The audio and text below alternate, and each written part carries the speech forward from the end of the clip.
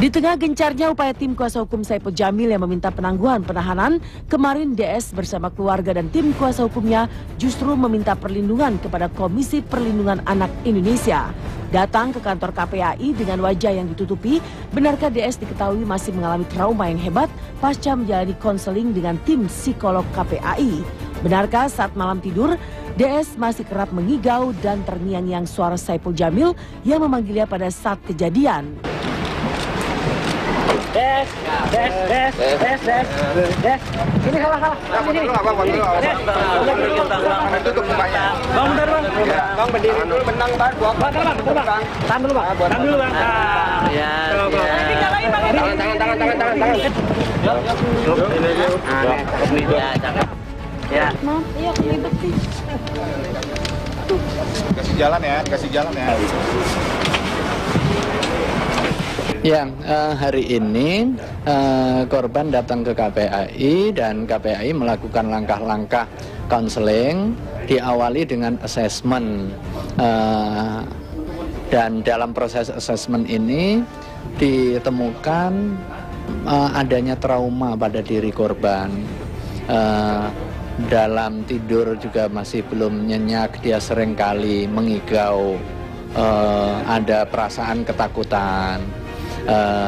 Pada saat dia dalam kondisi sendiri, dia juga sering terngiang, terdengar suara seolah-olah ada suara pelaku. Kondisi psikologis ini menunjukkan adanya traumatik pada diri si anak.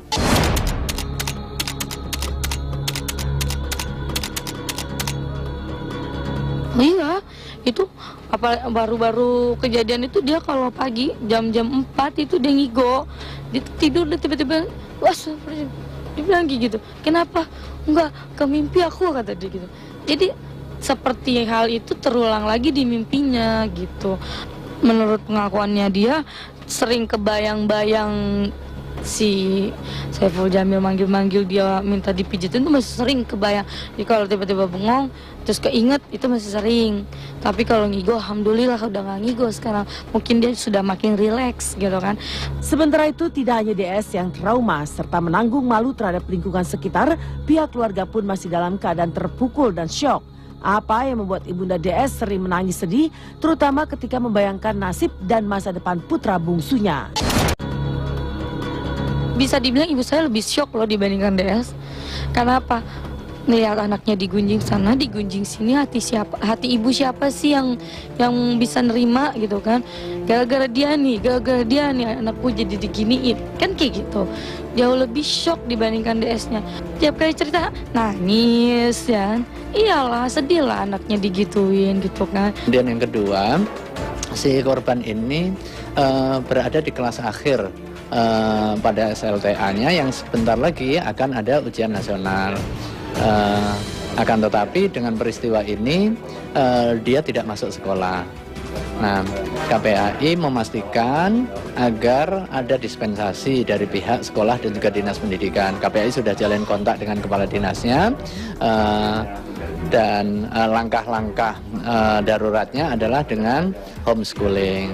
Ya saya berharap sih dari KPAI benar-benar melindungi adik saya sampai adik saya itu tetap bisa sekolah dengan normal, terus tetap bisa ikut ujian.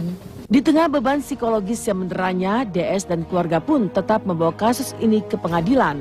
Lantas benarkah keluarga ingin Saipul yang terancam hukuman 15 tahun penjara mendapat ganjaran? Lalu benarkah polisi yang sudah mengantongi 4 alat bukti siap menyerahkan berkas perkara ke Kejaksaan Tinggi? Iya. Tadi juga saya tanya kepada DS ya, bagaimana kalau suatu saat dari orang Bang Ipul itu ya mau berdamai.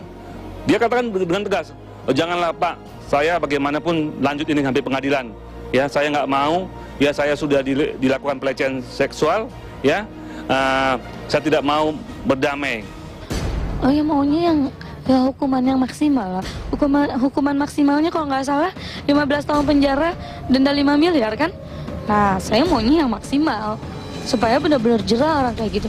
Buat Saipul Jamil 5 miliar emang nggak ada apa-apanya, benar nggak? Ya, 15 tahunnya itu loh yang ada apa-apanya.